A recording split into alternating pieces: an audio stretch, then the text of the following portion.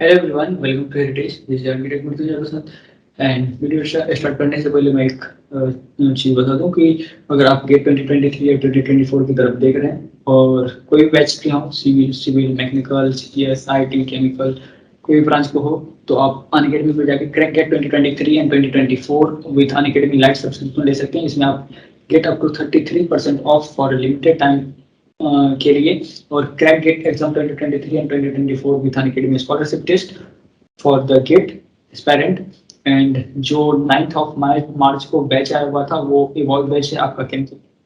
उसमें आप referral called H G A 10 heritage gate architecture H G A 10 use करके जो है 10% का डिस्काउंट आप ले सकते हो। उसके बाद आपका एक स्पार्क बैच आया हुआ है CSIT वालों के लिए, जो कि फिलहाल अभी एक्सटेंडेड ऑफर भी चल रहा है, तो उस पर भी आप एच जी ए 10 का कोड यूज करके 10% सब्सक्रिप्शन में 10% का डिस्काउंट ले सकते हैं।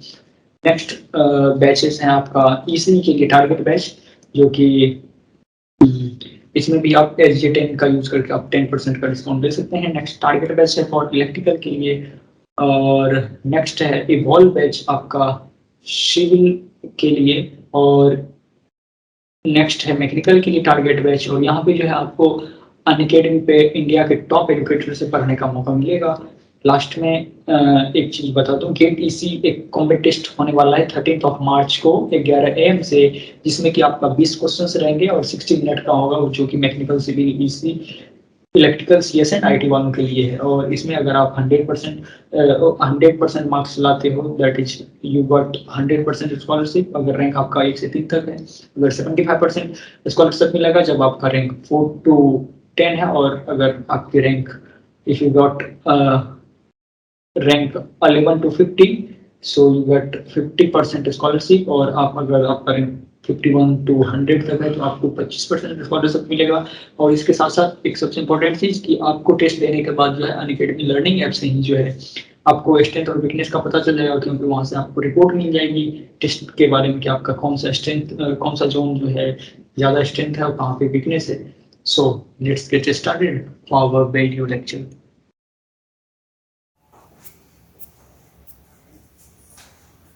ओके, सो मिशन गेट 2023 का जो हम लोग पार्ट 2 लेके आए हुए हैं, जिसका टॉपिक है हाइट एंड डिस्टेंस।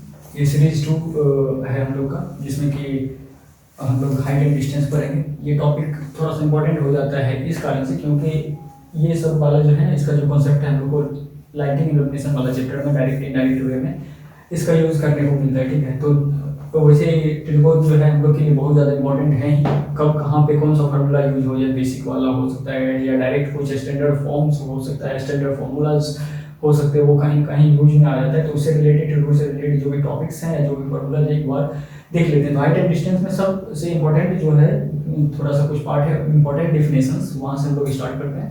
जैसे कि हाइट एंड डिस्टेंस में देखा जाए तो 4-5 ही इंपॉर्टेंट पॉइंट है, जिससे कि आपको जिसको कि आपको ध्यान से देखना है। जैसे कि एक डेफिनेशन में पहला पॉइंट ऑब्जेक्ट क्या होता है। ऑब्जेक्ट होता है अ थिंग और a person seen by someone can be said to be an object with respect to the viewers. कोई सपोज जैसे कि मैं यहाँ पे हूँ और मैं इस वाला पॉइंट को देख रहा हूँ, यहाँ पे कुछ सपोज यहाँ पे मैंने डस्टर रख दिया, तो मेरे रेफरेंस में जो है ना, अगर मैं इसको देख रहा हूँ तो ये हो गया ऑब्जेक्ट और मैं हो गया व्यूअर। ठीक है, या जैसे कि कभी हम लोग देखते हैं ना, छत के नीचे जाते हैं और ऊपर से मम्मी लोग देख रही होती है, तो मम्मी लोग वहाँ से आवाज़ देती है। तो अगर नीचे से हम देख रहे हैं ऊपर की तरफ और मैं उसको इंडिकेट कर रहा हूँ, तो वो मेरे पॉइंट ऑफ व्यू से वो ऑब्जेक्ट हो गए, और उनके पॉइंट ऑफ व्यू से देखे तो मैं उनका ऑब्जेक्ट हो गया। ठीक है, तो ऑब्जेक्ट हो जाता है जिसको हम देख रहे हैं। ठीक है, ऑब्जेक्ट ऐसा नहीं कि ऑब्जेक्ट नीचे से ऊपर की तरफ देखे, ऑब्जेक्ट ऊपर से ऊपर भी देख सकता है। सपोज हम ही लोग हैं छत पर से हम लोग काइट को देखते हैं, या हवाई जहाज हो या कुछ वैसा चीज़ है, बर्ड्स जैसे कि उड़ रहा होता है तो ऊपर देखते हैं, तो क्या हो गया हम लोग के लिए ऑब्जेक्ट हो गया, और जो देखने वाला हो वो व्यूअर होता है। ठीक है, तो वही लिखा हुआ है viewer the person who seize the object. जो ऑब्जेक्ट को देखता है वो व्यूअर होता है, और ऑब्जेक्ट क्या होता है, जो व्यूअर जिस चीज़ को देखता है। ठीक है, बेसिक सा चीज़ आपको बताऊंगा। हॉरिजॉन्टल लाइन क्या होता है, all the lines parallel to the surface of earth are called horizontal lines. जो भी अर्थ सरफेस के पैरेलल लाइंस बनते हैं ना, उसको हम लोग बोलते हैं हॉरिजॉन्टल लाइंस। और एक है line of site, an imaginary line joining the object and viewers I is called line of site. Suppose मैं यहाँ से मार्कर देख रहा हूँ, सॉरी यहाँ से मैं डस्टर देख रहा हूँ, तो जो डस्टर और मेरे आई कांटेक्ट के बीच में जो इमेजिनरी लाइन बन रहा है ना, वो होता है हम लोग का लाइन ऑफ साइट। एक होता है जो इंपॉर्टेंट वाला चीज है इसमें, एंगल ऑफ एलिवेशन, या इसी को बोलते हैं एंगल ऑफ इंक्लिनेशन। ठीक है, एंगल ऑफ एलिवेशन या एंगल ऑफ इंक्लिनेशन क्या है? When an object is present above the I level of the viewer, viewer के आई लेवल से ऊपर वाला एंगल जो बनता है विथ रिस्पेक्ट टू किसके? हॉरिजॉन्टल लाइन से, and the line of the side is called the angle of elevation या एंगल ऑफ इंक्लिनेशन। इसको थोड़ा सा समझते हैं। मैं ऊपर वाला चीज दिखाता हूं क्या है ये।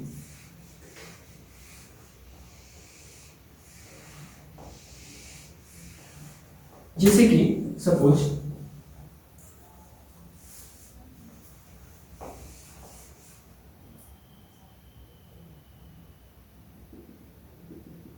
यहां से मैं देख रहा हूं और यहां पे कोई काइट जो है फ्लाई हो रहा है, तो यहां से सपोज यहां से मैं देख रहा हूं, तो ये वाला जो लाइन है ना, ये वाला लाइन और ये वाला हॉरिजॉन्टल लाइन है आपका, तो ये तो हो गया आपका हॉरिजॉन्टल लाइन जो आई लेवल पे है। जो आई लेवल वाला है इसको बोलते हैं, जो आई लेवल है और जो अर्थ सरफेस के पैरेलल हो,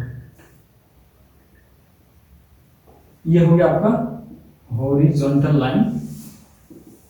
और ये ऑब्जेक्ट हो गया आपका, और ये आपका हो गया व्यूअर या व्यूअर पॉइंट बोलते हैं, बोल सकते हैं। व्यूअर यहाँ पे है, और ये वाला जो एंगल बनेगा ना, ये वाला आई लेवल से ऊपर और हॉरिजॉन्टल एंगल वाला, तो ये हो जाता है आपका एंगल ऑफ एलिवेशन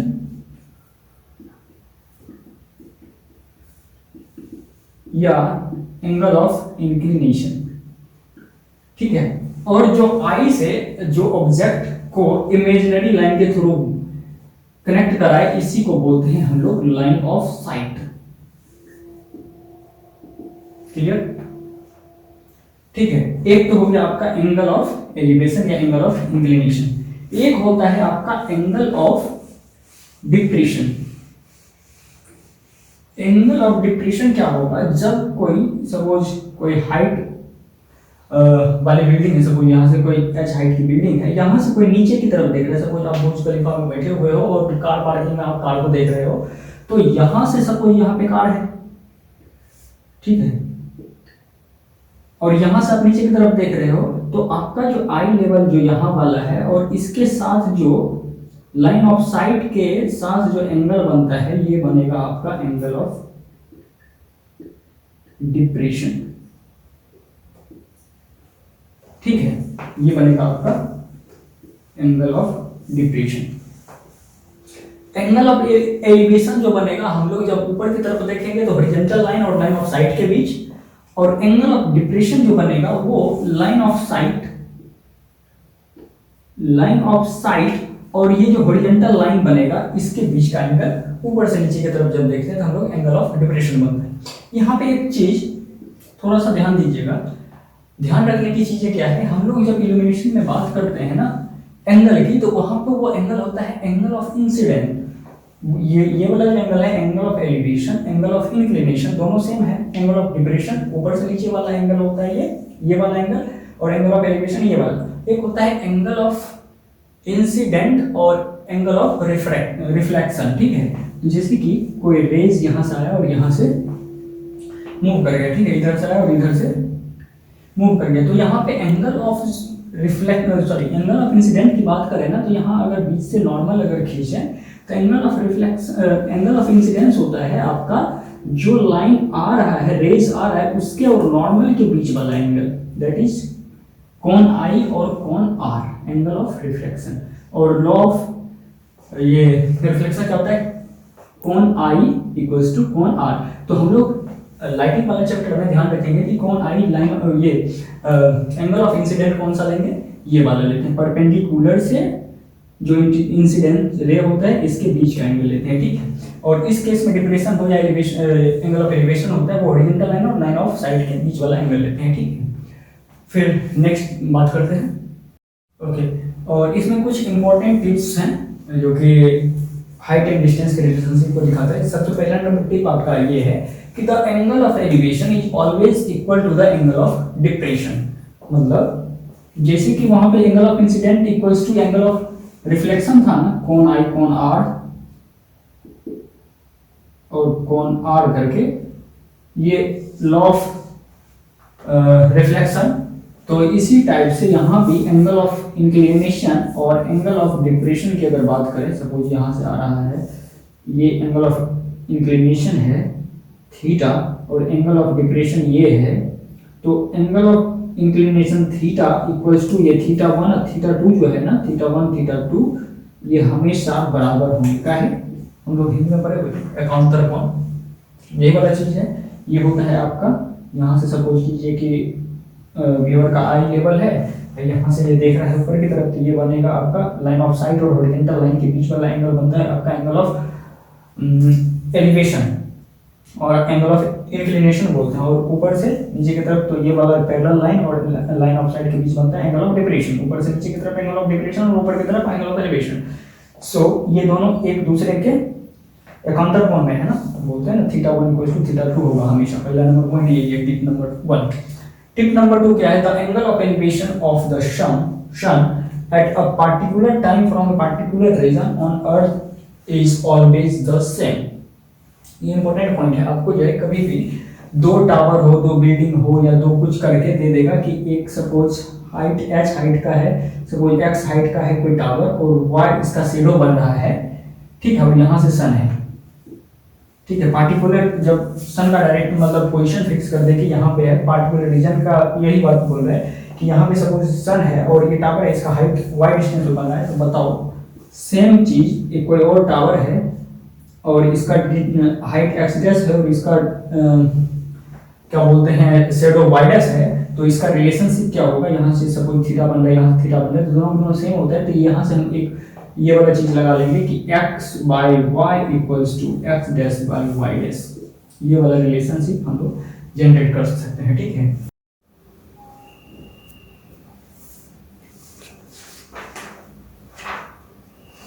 ओके, इसमें जो है कुछ हम लोग इंपॉर्टेंट रिजल्ट देख लेते हैं। सबसे पहला नंबर रिजल्ट जो होगा, कोई सपोज कीजिए आपके पास बिल्डिंग है, h हाइट की बिल्डिंग हो या टावर हो या लैंप पोस्ट हो या पोल हो, कुछ भी ट्रीज हो, और इसका शेडो बन रहा है सपोज x मीटर का, यहाँ से यहाँ सपोज करो कि x मीटर का शेडो बन रहा है और h हाइट है। एंगल ऑफ एलिवेशन तुमको दे दिया है, कुछ थीटा करके दिया हुआ है। वो क्वेश्चन में बोल दे कि शेडो का जो है शेडो इतना मीटर का बन रहा है, x मीटर का शेडो बन रहा है, तो हम लोग इसमें क्या यूज करेंगे? देखो बेस और परपेंडिकुलर वाला फॉर्मूला कहाँ पे यूज होगा? tan थीटा में होता है ना, तो tan थीटा इक्वल्स टू हम लोग लिख सकते हैं tan थीटा इक्वल्स टू लिख सकते हैं h by x, that is h equals to x into tan theta. और अगर हम x लिखें तो h by tan theta. Even अगर थीटा का वैल्यू अगर लिखते हैं तो tan inverse h by x। तो आप गेट केस में पहले h बाय x करो, फिर tan h इनवर्स वाला जो एक ऑप्शन होगा, एक तो tan वाला होता है, एक tan h इनवर्स वाला, तो h बाय x पहले कर लो, हाइट बाय x जो भी है, और tan इनवर्स अगर करना है तो tan h इनवर्स क्लिक करेंगे तो वहां से आ जाएगा। तो आपको थीटा भी पता चल सकता है, एंगल ऑफ एलिवेशन, अगर ये चीज दोनों चीज दिया हुआ है। या सपोज हाइट पूछा हो, अगर हाइट पूछा हो तो हम लोग x जो है इनटू tan थीटा कर लेंगे, और अगर x पूछे शेडो अगर पूछे तो h बाय tan थीटा कर लेंगे, ठीक है। तो पहला नंबर रिजल्ट तो ये रहा आपका, ठीक है। सेकंड वाला भी जस्ट मैंने बताया हुआ था कि दो अगर सन का पोजीशन अगर फिक्स होता है तो दो टावर रहे, x हाइट का और y शेडो बन रहा हो, और x डैश और y डैश का शेडो बन रहा है, तो जो एंगल ऑफ एलिवेशन बनता है वो आपका सेम बनता है। So x by y equals to x dash by y dash. ये रिलेशन आपको याद रखना है, ठीक है। नेक्स्ट थर्ड वाला जो रिलेशन बनता है आपका,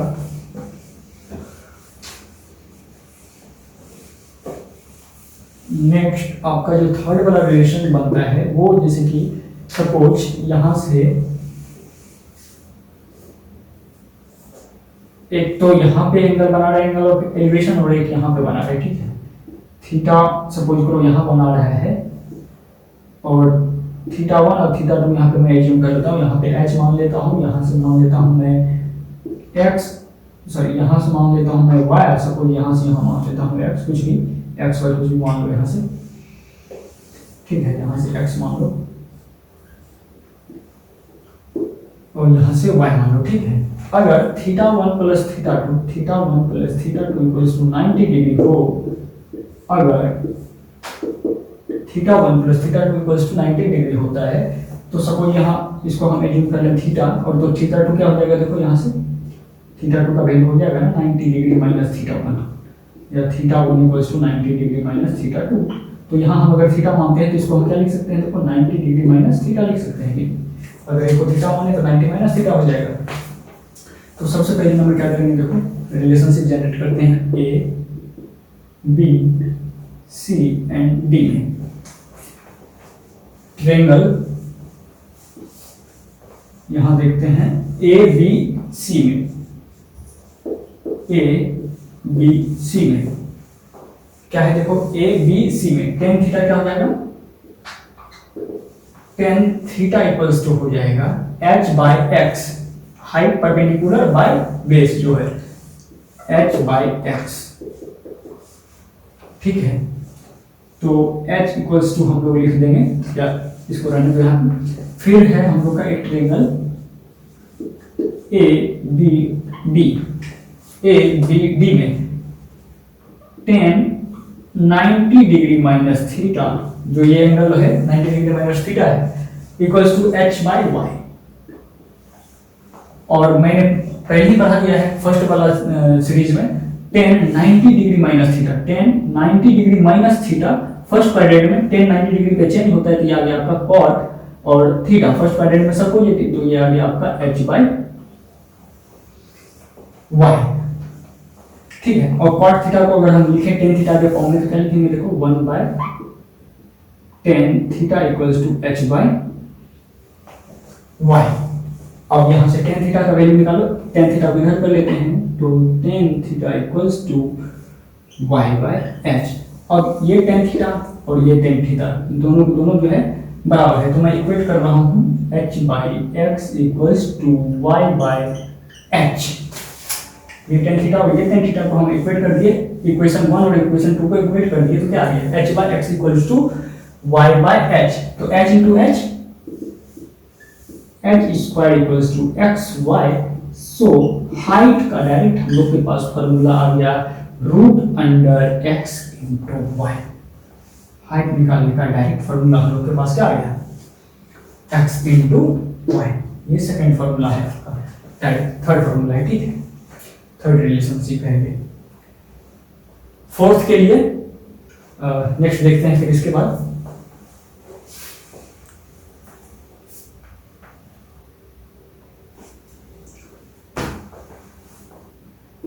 नेक्स्ट जो रिलेशन बनेगा आपका,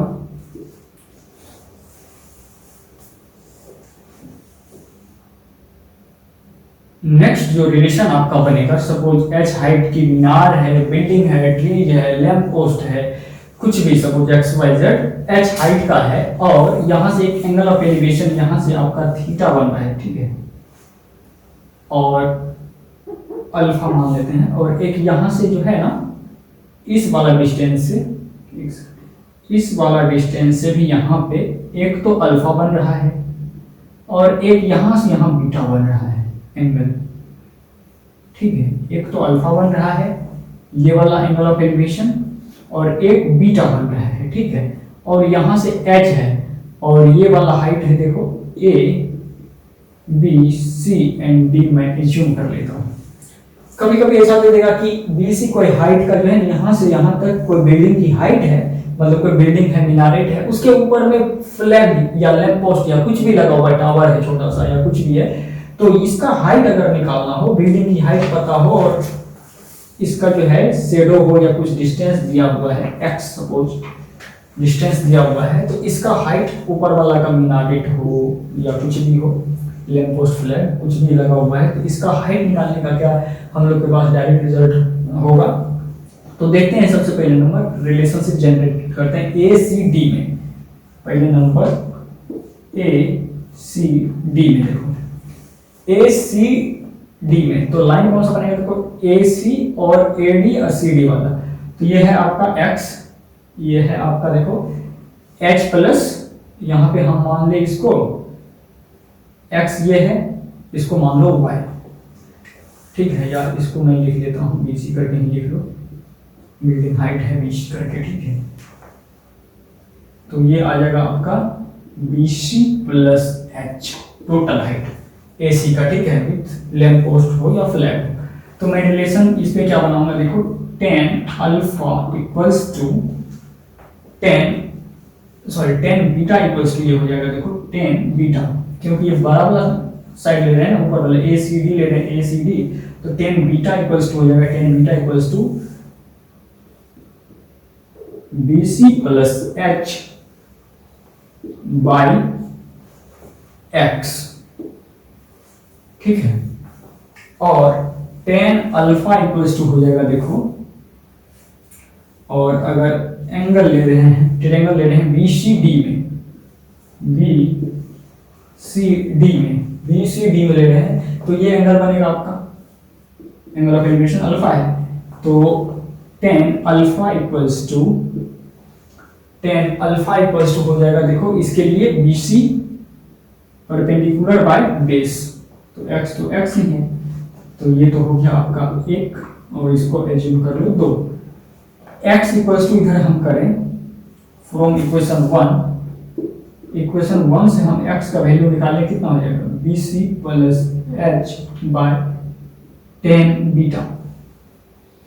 और फ्रॉम इक्वेशन 2 से हम लोग क्या जनरेट किए, x equals to B C by tan alpha, ठीक है। तो यहां से हमको फाइनली h निकालना है, ये वाला h निकालना है, ठीक है। बीसी अगर दिया हुआ है बिल्डिंग क्या है, हमको h निकालने के लिए क्या करें, देखो इसको इक्वेट कर दें, क्या है कि x का वैल्यू दोनों सेम है, तो मैं यहाँ पे लिख सकता हूँ देखो bc plus h by tan beta equals to bc by tan alpha. अब यहां से मल्टीप्लाई कर दो, tan alpha into B C plus h equals to B C tan beta, क्या कर दिए, टेन बीटा को इससे मल्टीप्लाई कर दिए, तो ये आ जाएगा देखो B C tan alpha plus h tan alpha. B C से एक बार मल्टीप्लाई कर दिए, टेन अल्फा हो गया, फिर टेन अल्फा इंटू एच हो गया equals to B C tan beta. अब क्या कर रहा है देखो BC टेन अल्फा, तो BC इसमें कॉमन है, तो मैं इसको इधर कर ले रहा हूं, देखो यहां से, यहां पे लिख देता हूं, इधर लिख दे रहा हूं मैं BC tan alpha minus BC tan beta equals to, क्या हो जाएगा BC tan alpha minus BC tan beta को इधर हम कर लेंगे, तो इधर आ जाएगा देखो माइनस में से आ जाएगा माइनस एच टेन अल्फा, ठीक है, माइनस एच टेन अल्फा आ जाएगा, ठीक है, माइनस एच टेन अल्फा। तो BC को अगर मैं कॉमन लूं तो यहां से आ जाएगा देखो, एक तो आ जाएगा आपका BC अगर कॉमन लेता हूं तो tan alpha minus tan beta equals to minus h tan alpha. यहाँ से हम लोग दोनों चीज निकाल सकते हैं, या तो अगर h निकालें या अगर BC निकाले बिल्डिंग की हाइट, दोनों में से कोई भी चीज, तो BC इक्वल्स टू आ जाएगा हम लोग का minus h by h tan alpha into tan alpha minus tan beta करके है। और इस नेगेटिव को हटाने के लिए हम लोग इसको अगर यहाँ से शिफ्ट कर दें tan beta minus ten alpha minus common करके, तो ये माइनस डिलीट हो गया आपका अपने आप, तो BC का तो फॉर्मूला ये हो गया। और अगर h निकालें हम यहाँ से, h अगर निकालें तो क्या हो जाएगा BC times of tan beta minus tan alpha by tan alpha, direct result आप बना सकते हो। एक्चुअली जो है हम लोग त्रिकोणों के साथ जो है हम लोग प्ले कर रहे हैं, समझ गए, फॉर्मूला लगा रहे हैं। तो बस क्या करना है, इक्वेट बस करना है कि एक बार ये ट्रायंगल ले लिए बड़ा वाला और एक बार छोटा वाला ट्रायंगल लेके जो भी चीज हमको रिक्वायरमेंट है, जो भी चीज का रिक्वायर है उसको जो है निकालने का कोशिश की। तो यहाँ से या तो BC अगर दिया हुआ है तो भी ठीक है, नहीं दिया हुआ है तो यहाँ से निकाल सकते हैं फंडामेंटली, और हाइट अगर फ्लैग की हाइट अगर पूछा होगा तो वहां से हम निकाल सकते हैं, ठीक है। तो ये कुछ स्टैंडर्ड रिजल्ट्स हैं, और इसके बाद हम लोग प्रीवियस ईयर गेट का जो भी क्वेश्चन है वो देख लेते हैं। 2 क्वेश्चन आया हुआ इस टाइप का क्वेश्चन, सो नेक्स्ट वो वाला क्वेश्चन करते हैं अभी।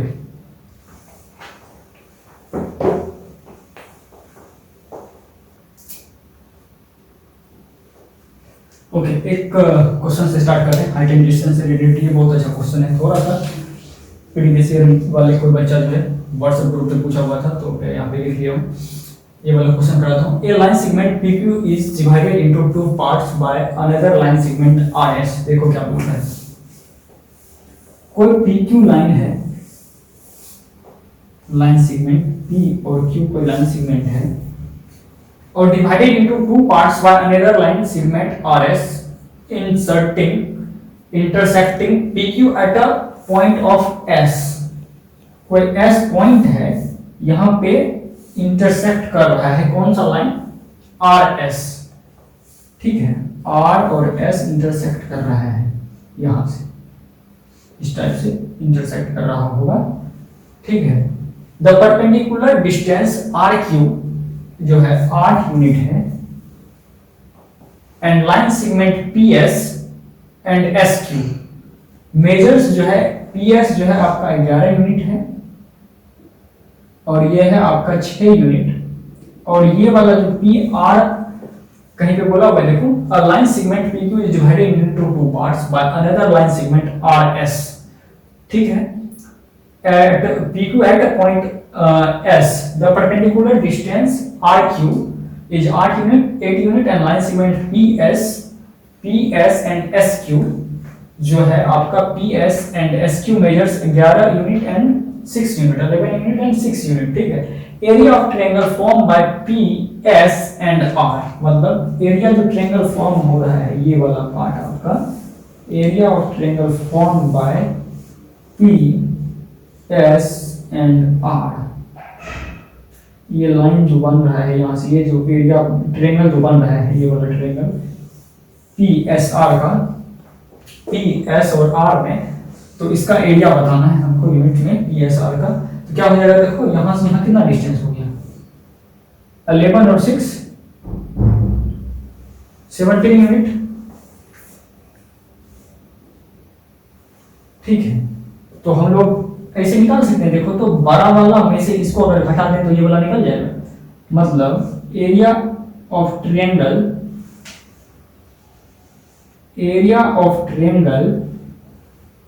PRQ minus area of triangle RSQ that is half into base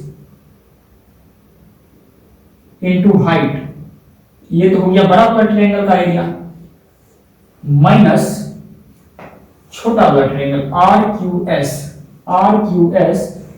that is half into base into height, 2 से 4, तो ये हो गया 68 यूनिट माइनस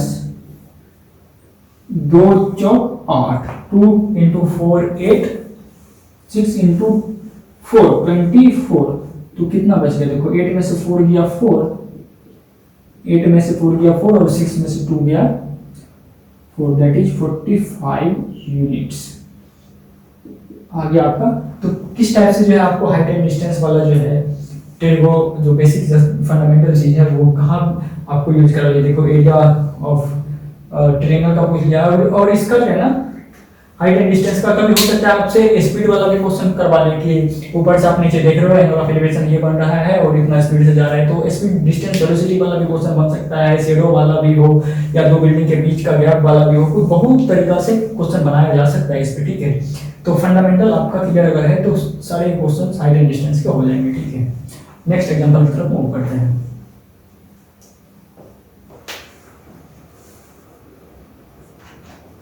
ओके, एक क्वेश्चन है, एज पर CPWD handbook of barrier free and accessibility 2014 government of India the minimum length of the street ramp.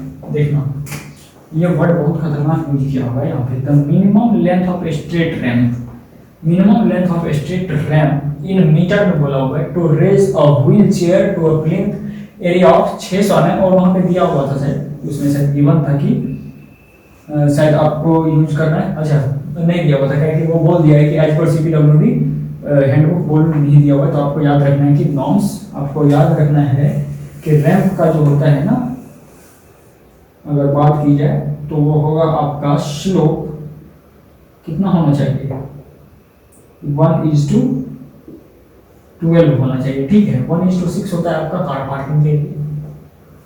और ramp की अगर बात आ गई है, एज पर सीपीडब्ल्यूडी 2014 की बात आ गई है, तो मैं एक दो चीज और बताना चाहूंगा कि रैंप कितना मीटर वाइड होना चाहिए, 1.8, 1800 mm मैक्सिमम विड्थ, मतलब मिनिमम होना ही चाहिए, और 9 मीटर से ज़्यादा, मतलब length of the ramp exceed 9 metre से ज़्यादा नहीं करना चाहिए, ठीक है। 1800 mm वाइड कम से कम होना ही चाहिए, और स्लोप 1:12 होना चाहिए। तो कितना है, plinth area of the 600 mm wheelchair to a plinth area, मतलब प्लिंथ जो है सपोज करो यहाँ है, और ये वाला रैंप यहाँ से जा रहा है, यहाँ से ये रैंप है, और ये प्लिंथ है 600 mm का। 600 mm रेज करने के लिए, 600 mm रेज करने के लिए ये बोला हुआ है आपको कि the minimum length of straight ramp कितना मीटर का होना चाहिए। अब यहाँ पे बच्चे लोग को अक्सर कंफ्यूजन हो जाता है कि ये वाला लेंथ निकालना है कि रैंप का ये वाला लेंथ निकालना है। बताओ कौन सा लेंथ निकालूं, कि लेंथ का ये वाला डिस्टेंस हमको निकालना है रैंप का, कि ये वाला डिस्टेंस निकालना है, क्योंकि ये जो थीटा है ना 1:12 एक्चुअली ये होता है स्लोप या ग्रेडियंट भी बोलते हैं इसको, स्लोप ग्रेडियंट जो भी बोले सेम चीज है। तो इसका मतलब है tan theta equals to 600 mm by x।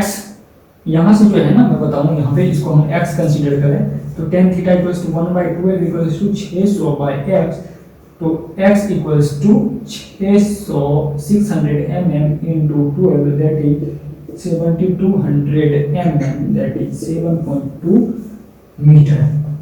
तो ये x जो निकला है, बताओ क्या निकला है, ये निकला है x का वैल्यू 7.2 मीटर।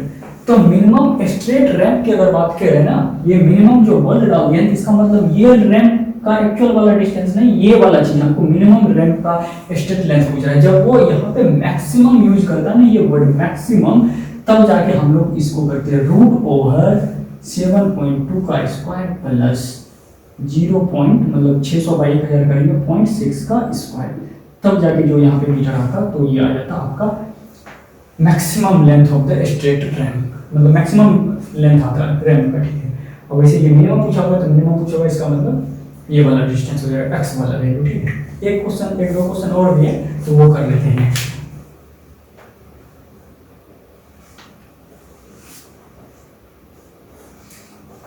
ओके, ये गेट 2012 का क्वेश्चन है, देखो बड़ा अच्छा सा क्वेश्चन है ये।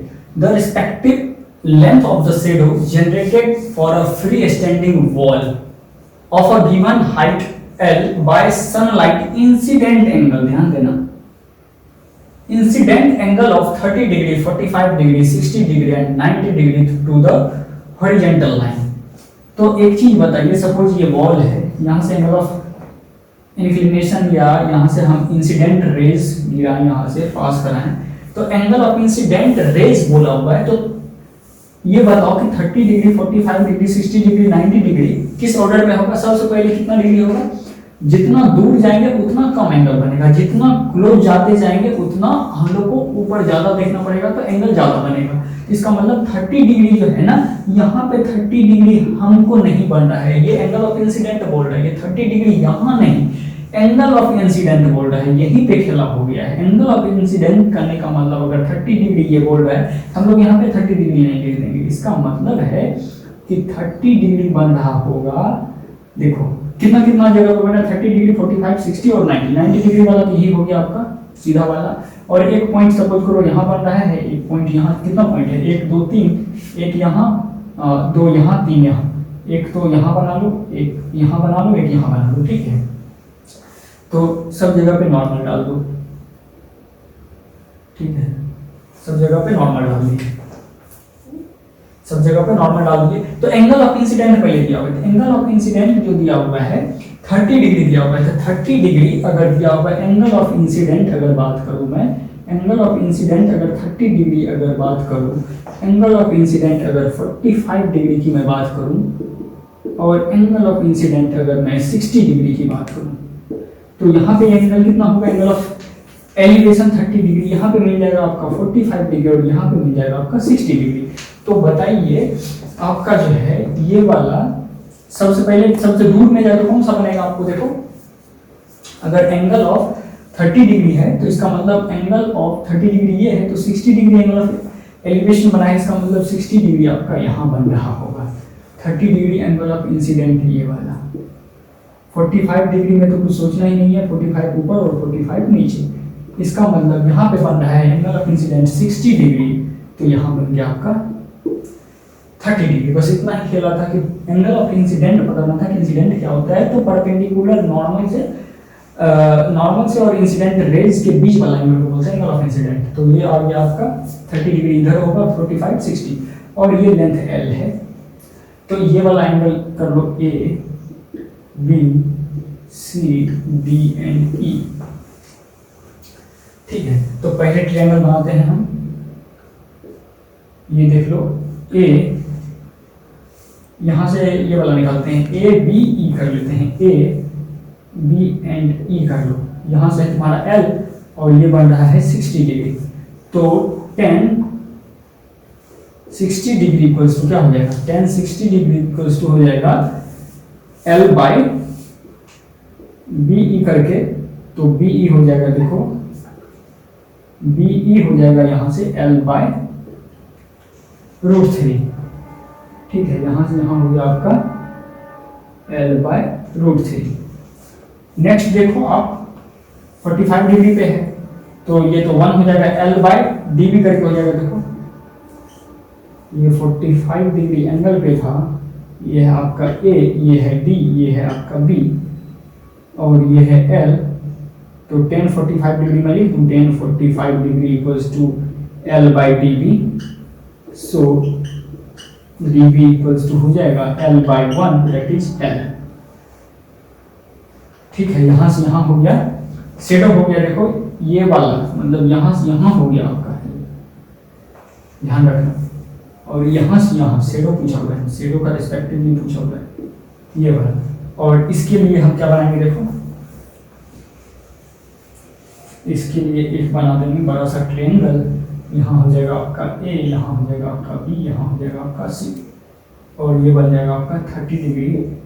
सो ये L है, तो 10 30 डिग्री इक्वल्स टू हम लिख सकते हैं L by B and C। So BC का लेंथ जो है कितना आ जाएगा L, और 10 30 डिग्री नीचे आ गया, 10 30 डिग्री होता है 1 बाय √3, सो L √3। तो BC का लेंथ आ गया आपका L √3। तो एंगल ऑफ इंसिडेंस के केस में अगर देखा जाए, इसके केस में हमको बताना है कि क्या बोलना है, लेंथ ऑफ शेडो जो है बताना है कितना कितना बनेगा। देखो 30 डिग्री 45 डिग्री 60 डिग्री 90 डिग्री, तो 30 डिग्री इंसिडेंट वाला बोला हुआ है, तो इसके लिए 60 डिग्री ये वाला चीज आती है, इसका वैल्यू कितना आ जाएगा, 60 डिग्री मतलब 30 डिग्री इंसिडेंट है, तो इसका इसके लिए शेडो हो जाएगा L बाय √3। फिर 45 डिग्री के लिए L, और 60 डिग्री इंसिडेंट के लिए क्या हो जाएगा तुम्हारा, 60 डिग्री इंसिडेंट के लिए हो जाएगा L √3। और 90 डिग्री की जहां तक बात करें तो हो जाएगा आपका 0, ठीक है। शेडो ही नहीं बनेगा ना, डायरेक्ट सनलाइट ऊपर से शेडो नहीं बनेगा, वैसे भी 10 90 वो कर देंगे तो 0 बाय समथिंग 0 ही हो जाएगा, ठीक है। तो आपका बन गया ये क्वेश्चन, ठीक है, देख लेना आंसर। ओके, सो यहाँ पे इसको क्लोज करते हैं। उसके बाद नेक्स्ट जो होगा हम लोग का ज्योमेट्री से रिलेटेड कुछ फॉर्मूला डिस्क्राइब करेंगे नेक्स्ट वाला लेक्चर में। सो बनेगा ना। एक एक दो क्वेश्चन और है मेरे को याद आ रहा है, एक हिप प्रूफ टाइप का या गेवर प्रूफ वाला था, इस टाइप का होगा कि कोई ये वाला 4 डायरेक्शनल रूफ वाला जो होता है आपका, होता है ना गेवर रूफ टाइप का, तो वो बोल देगा कि यहाँ से जो है डिस्टेंस दिया हुआ है कुछ इस टाइप से कि ये वाला एंगल दिया हुआ है, यहाँ से यहाँ डिस्टेंस है तो आपको 2 गुना कर देना है, यहाँ से यहाँ वाला बीम और यहाँ से यहाँ वाला 2 टाइम्स होगा। तो पहले ये वाला x डिस्टेंस निकालो, इसमें 2 से मल्टीप्लाई कर दो, वहाँ से आपका एक क्वेश्चन बस बचा हुआ है, बाकी ऑलमोस्ट इसी टाइप का कोई क्वेश्चन है सबका, ठीक है। तो देख लेना ये सारा क्वेश्चन, और उम्मीद करता हूँ कि ठीक लगा होगा लेक्चर। और नेक्स्ट जो है हम लोग जल्द मिलते हैं, ज्योमेट्री से रिलेटेड फॉर्मूला डिस्क्राइब करेंगे, ठीक है। तो इसके लिए ठीक है, थैंक यू सो मच।